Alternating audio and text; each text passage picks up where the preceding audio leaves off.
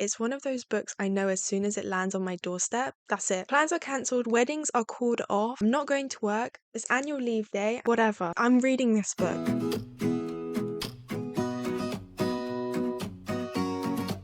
Hi, I'm Sam and welcome to my booktube channel. This is now my second video on YouTube, and if you saw my first video, which is some of my top reads of 2022, then you might see that everything looks a little bit different and maybe sounds a little bit different too, and that's because my brother saw that video. He called it absolutely tragic. He spent the last couple of hours helping me set up my camera, he's given me his mic, his ring light, and also the software. So I'm hoping this comes out a little bit better than the first, and thank you for bearing with me while I get used to this kind of like filming setup that you don't really have to do on TikTok. I'm so out of my depth. So with it being the start of 2023, new year, new me, new books, I thought what a great time to have a look at the books coming out this year, and more specifically at the fantasy books that I'm very excited about. This year is going to be fun. August, September, and October are shaping up to look like a very exciting couple of months for new releases. Best believe that if anything happens to me before then, I will be haunting all of you and reading the books over your shoulder and making sure that you turn the page fast enough for me to read it. In August, we've got the sequel to Belladonna by Adeline Grace called Foxglove, and it is a gothic fantasy romance with the love interest being Death himself. I was so obsessed. I instantly fell in love with Belladonna because of how easy it was to get into. It has one of those writing styles that kind of like draws you in, and if you're someone that doesn't usually read fantasy, I think this is very accessible, and it's set during that like Bridgerton-y era. It has a murder mystery subplot that keeps you guessing throughout. And during that time, our main character is learning and growing into her powers, and she's assisted by Death. Death is a very charismatic character, and he has some of the best lines that I've read in a fantasy romance. I'm really looking forward to seeing how these characters' stories will develop in the second book. And from what I've read, the sequel will still have a murder mystery subplot while also having those like fantasy romance undertones as well. The antagonist of the story will be Fate, who is hell-bent on getting revenge on Death for killing the love of his life. I don't think that's a spoiler because you don't know who that is, but I'll put a spoiler warning anyway. Another book coming out in August is Heavenly Tyrant by Ziran J. Zhao, and this is the sequel to Iron Widow. Iron Widow is a fantasy that is inspired by Chinese history and mecha science fiction. I had to Google that, but that's essentially giant robots that are controlled by people. Very cool. It features a polyamorous relationship, and I love the idea of it blending like fantasy and sci-fi together, which is why I don't know why I haven't picked it up yet, but it's definitely one of those books that I need to get round to, and it's been sitting on my TBR. So having the sequel coming out this year, this is the year I will get to it. Also, have you seen the cover? It literally looks insane. On the 1st of September, on the dot, Chloe Gong is serving us up Foul Lady Fortune 2. No, that is not the name of the book. It is not released yet and there is no cover, but I'm sure as soon as it's announced, it will be all over TikTok. Foul Lady Fortune is a spin-off series to These Violent Delights, which is a very like big BookTok book. It wasn't necessarily one of my favorite series. However, I did read Foul Lady Fortune and loved it a lot. Foul Lady Fortune is set a couple of years after the events of Our Violent Ends, book 2 in These Violent Delights. It follows a different protagonist who you do meet from the previous series and follows her on missions because she's a spy. Our main character Rosalind has to enter into this kind of like fake marriage relationship in order to be undercover to complete her mission. The person that she's paired up to do this with is someone who absolutely infuriates her. There's nothing I love more than the grumpy sunshine trope mixed with forced proximity, and that is exactly what Foul Lady Fortune dished up when I read it. One thing I will mention is that there was a lot of kind of like political intrigue in Foul Lady Fortune that sometimes went over my head. However, that's not the book's fault that I have 3 brain cells and one of them works in overdrive to power my brain. So that's just one of the kind of things that I would call out about the book, but it was very strong. I enjoyed the character relationships and I can't wait to see where the second book goes. Another September release is The Scarlet Veil by Shelby Mahurin. This is the same author that wrote Serpent and Dove. I didn't realize so many people hated those books because I actually quite enjoyed them. I think they were definitely one of like the gateway books that got me back into reading during the pandemic. They're my guilty pleasure. Like I actually really like them. However, I did read the sequel, Blood and Honey, and I didn't enjoy that. And I've never read the third book. But in my mind, Serpent and Dove was quite enjoyable. The Scarlet Veil is a spin off series, I think, from what I've read, and it's set in the same universe as Serpent and Dove, but it is going to be a vampire romance. And it seems like vampire romances are making a comeback. We've had Cruel Illusion, we've had A Dowry of Blood.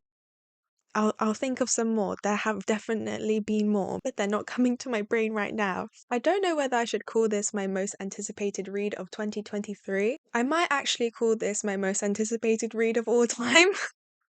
I am, of course, talking about A Curse for True Love by Stephanie Garber, and this is the third book in the Once Upon a Time.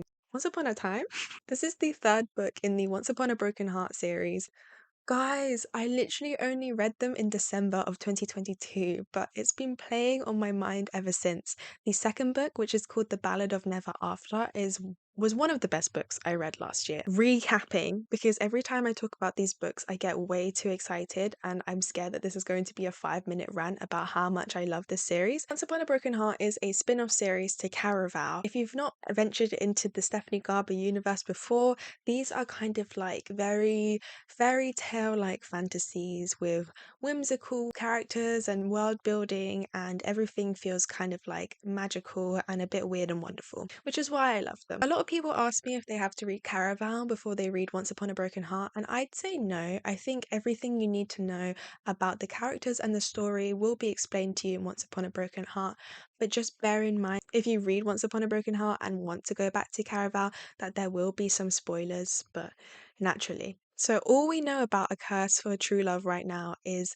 that two villains are going to have a battle for one girl. I hope that this is finally the book that Jackson Evangeline can be happy. Otherwise, Stephanie Garber, I'm coming for you. I'm coming for you. Some background, if you haven't read Once Upon a Broken Heart and you do want to go in and read them, be aware that the wait from The Ballad of Never After to A Curse for True Love is going to basically put you in so much pain. Like, I feel pain every day thinking of the ending to The Ballad of Never After. Whatever Stephanie Garber puts into the third book, I'm ready for it. I'm so, so ready. It's one of those books I know as soon as it lands on my doorstep, that's it. Plans are cancelled, weddings are called off, I'm not going to work, it's annual leave day, whatever. I'm reading this book and I will not be spoiled. Get excited. I also love the slow burn and the angst. Like, I've said this before on my TikTok, but this is not a spicy series. However, the kind of like small looks, the little touches, that sometimes makes the difference. So these books aren't spicy, but those little moments, they made these books feel spicy. Do you know what I mean? Like, there was so much tension. I love it when my heart goes pitter patter, pitter patter, pitter patter. And that's what these books made happen to me. The angst, the yearning, the pining, it does something to me. And I haven't felt that a lot in books that I've read recently. Maybe ever since I read like The Winner's Curse by Marie Rutkowski or The Wrath and the Dawn, I felt that kind of like pining as well. Maybe that's one of my favorite elements in a fantasy romance. Like, I need the slow burn pining. Another September release that I'm so excited for is Ava Reid's A Study in Drowning. I've absolutely loved everything that Ava Reid's come out with so far. She has such an amazing range, like from The Wolf and the Woodsman to Juniper and Thorn to whatever she brings us in A Study in Drowning. I'm so excited. Her writing is absolutely exquisite. I also like that her books kind of teeter on the darker side of fantasy in the themes that she explores, especially in Juniper and Thorn. Also, the way she's not afraid to write more gory descriptions and lean into the horror side a bit more. So to help describe A Study in Drowning, I'm looking at the Goodreads reviews. Someone has described it as part fantasy, part dark academia, part modern gothic, part horror fairy tale, and altogether too gripping to put down. My friend Ellie has described this as an upper YA, so our main character is truly 18 and in her first year of uni. She also relays that the author considers this book a true romance, which I suppose you can't really say about The Wolf and the Woodsman or Juniper and Thorn, despite there being like romance elements in them. Then she's gone on to say it's set in a secondary fantasy world based on mid-20th century England, Wales, and influenced by Welsh mythology. Very interesting. And I wrote this one for survivors, for the people who aren't believed, who don't have ownership over their own narrative, and who tell themselves stories in order to cope. I can't wait to eat up this concoction. Another release in September that I'm super excited for is A Tempest of Tea by Hafsa Faisal. This is the author that wrote We Hunt the Flame, duology. It had an amazing reception on Book Talk. I still haven't read it and I'm very ashamed of myself because I also own two sets, one normal paperback set and the other I actually bought the Illumicrate editions. So, Sam, make it make sense. This series has been described as King Arthur meets Peaky Blinders with vampires. I don't know what that means, but I'm here for it. So what I've read about this book is that it centers around a gang of outcasts in a heist to save the main character's tea room. And imagine being King Arthur meets Peaky Blinders with vampires. Something merged all together with a heist, maybe like Six of Crows.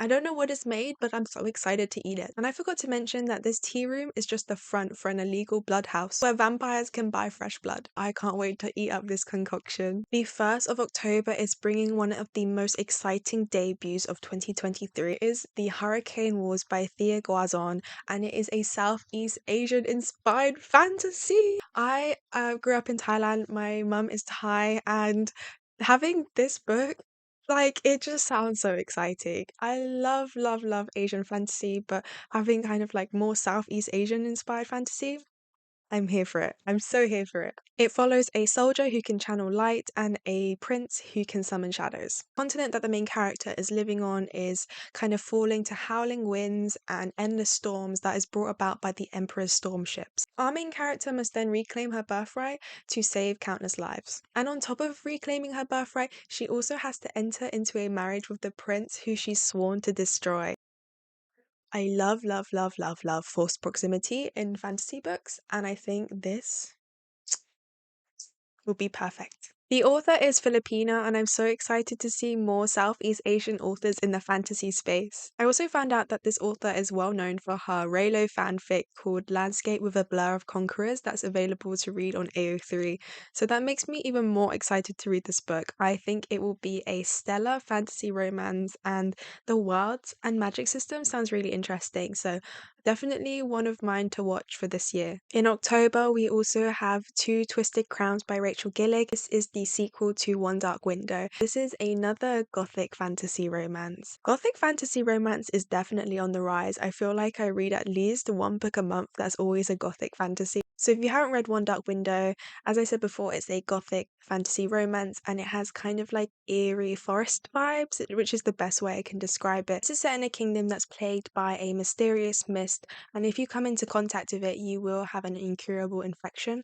Our main character did get that infection, however, she's still alive, but it left her with an ancient spirit living inside her head that she calls Nightmare. In this world, there's also magic, and that comes from the Providence cards. They're kind of like tarot based cards, and if you have one in your possession, then each one will grant you a different power. There is a kind of prophecy in this world that if you can reunite all 12 Providence cards, that it will cure the infection plaguing the kingdom. I love this book because I feel like the idea and the premise was really original and refreshing. I hadn't really read a lot like it, and it was vibey. I really enjoyed the romance because it comes from the main character having to work with the captain of the guards to reunite all 12 Providence cards.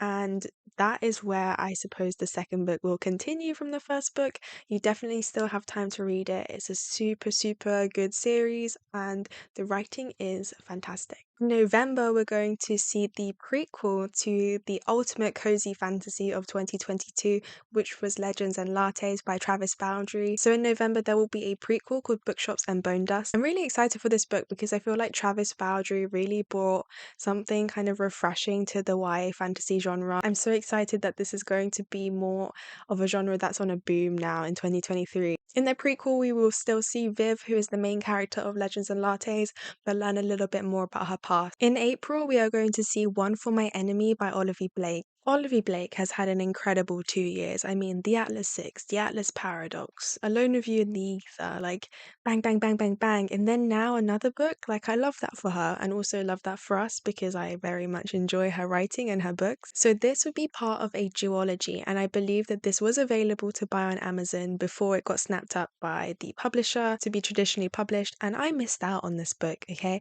I actually do have the second one that I bought on Amazon just in time, but I missed out on the first book. This book is about about rival witch families in New York City. So you have these feuding families who are very chaotic and just trying to maintain control of their criminal ventures. So you have one family that is the supplier of premium intoxicants and the other family that is in the business of community extortion. And then something happens and they all must choose a side. So I'm very intrigued. I feel like Olivia Blake has such a range in what she writes and in the stories that she tells. In April, we're going to see the sequel to Twin Crowns by Catherine Doyle and Catherine Webber, and that is called Cursed Crowns. I am so excited for this book. It is one of my favorite YA kind of fantasies because it is a rom-com. I'm excited for the higher stakes, the girls kind of grappling with new challenges, and also to see where the romance storylines are going to go because I was obsessed. I loved how one character has kind of like an enemies to lovers type of journey, and while the other one has a forbidden romance bodyguard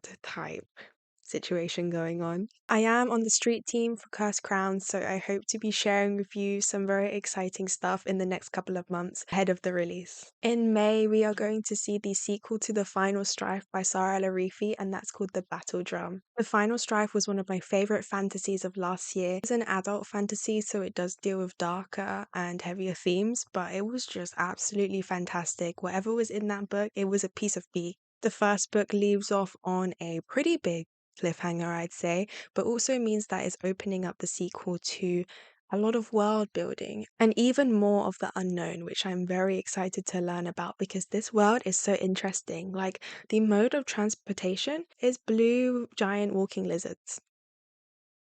Obsessed. So in this kingdom as well, it is plagued by these kind of like sandstorm hurricanes that can literally shred you apart because they are so powerful. One of the characters will be finding out whether that can be stopped.